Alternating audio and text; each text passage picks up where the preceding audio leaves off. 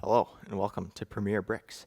Today, taking a look at set number, I don't have these memorized, 75827 Ghostbusters Firehouse. Came out in January 2016, I want to say. It was 4,634 pieces, 10 all unique minifigures, which is something I didn't really appreciate until really looking it up, but it's really cool. It came out for 350 bucks. If you want a brand new one now, it's gonna be like 1,000, and used you can get it for around like 500-600. So yeah, this I got for my birthday in 2016, and gonna take a quick look at it from the outside. It's pretty much a firehouse, which is gonna fit in great with a bunch of modular buildings. It's got full surroundings minus the back. The back is, as you can see, kind of hideous, but you can find a wall, put some nice stuff on the side of it, and that's going to look really great. Great display. You can put the minifigures all over, as you can see. We'll look into the minifigs a little bit more in depth later, but you got some flying ghosts, you got these guys up top, you got all 4 Ghostbusters, some extra ones, and yeah. So ultimately, what this is it is a play set. Is you can open it up almost like a doll's house and get full access to the inside.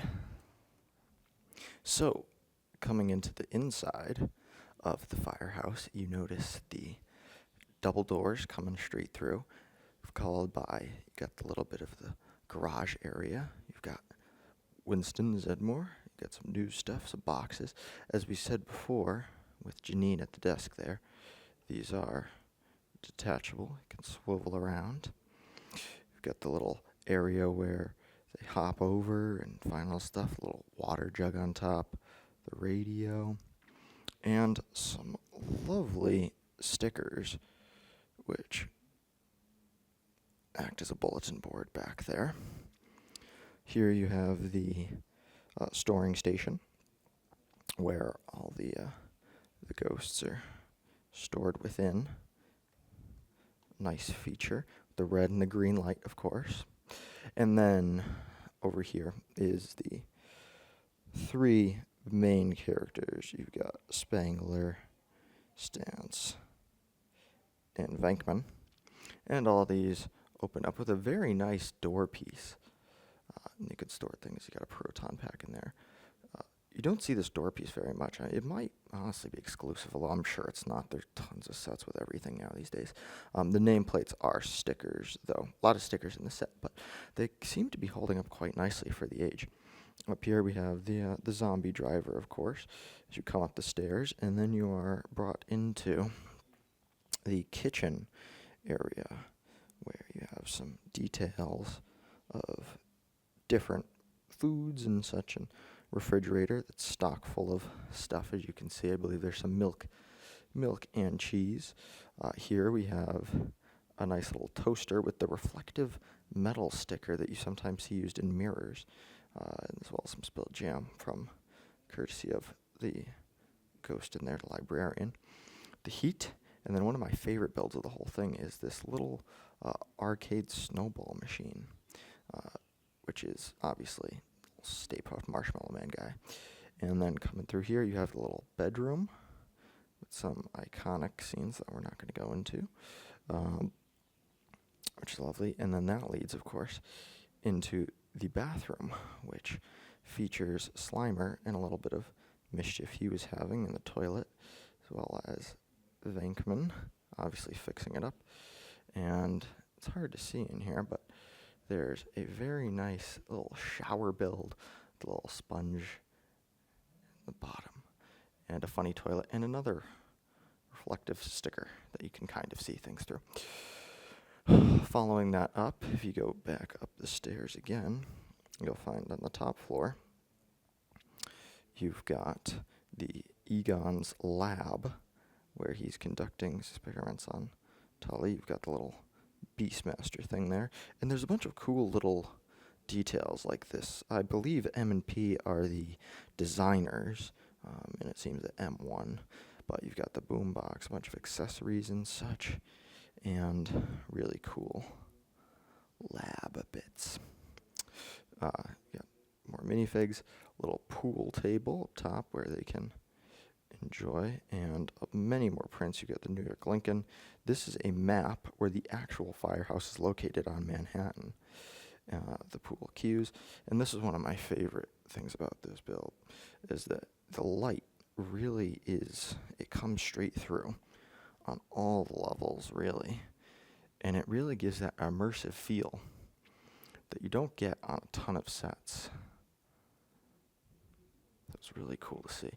Over here, from the second movie, you've got the photo developing station with a few more pictures on the wall.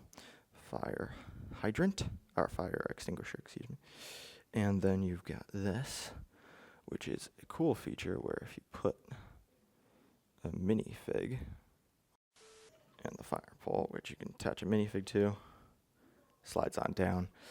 One of the more fun features of the build. And yeah, that is the inside of the firehouse. We're going to take a look at the minifigs and some of the more details on the inside. So jumping into the minifigs, this is the zombie driver. He's got front and back printing, a nice head, and is going to be about $24 now on Bricklink. Following that up, we have Dana Barrett. She's going to be around $25. Really solid prints all the way around. The dual molded legs is a really nice touch as well. Then we have Tully. He actually comes with two different heads. One of them is kind of a possessed red eye, and the other is this one, which I prefer. Ultimately, he's going to be around $23, and you can pick him up pretty easily. Janine is going to be $19. I mean, she's Janine. Not overly fancy, but does come with a front and back on the head. Spangler, Egon, comes with a few more accessories than the other ones, but very nice arm printing and back printing, although it does get covered up by the clip piece. Venkman, on the other hand, has the front with the slime, and that is probably one of the more unique one of the original Ghostbusters. Stans has a wonderful head print where he's nice and surprised, and the proton packs tend to cover up a lot of what the guys have. As you can see with Zedmore specifically on his back, you really couldn't tell which one that was. You can of course take it off and look at the printing, but it's nothing really that special. The library ghost, however, does have the dual molded legs and a very detailed print. She comes with two different hair pieces. And finally, Slimer. He is the unique ghost. The other two are rather generic. So there we have it. That is the Ghostbusters Firehouse.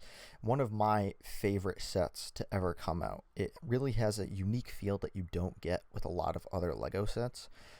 What you're looking at right now is the top-down view, which you aren't specifically ever shown that you can see. However, if you do decide to take off the modular pieces, you can look at it. But it's interesting that it was never shown in any of the promotional material, that it is almost like a modular building where you can look at each layer. Regardless, this is an all-time classic and one that I will definitely remember fondly getting on my birthday.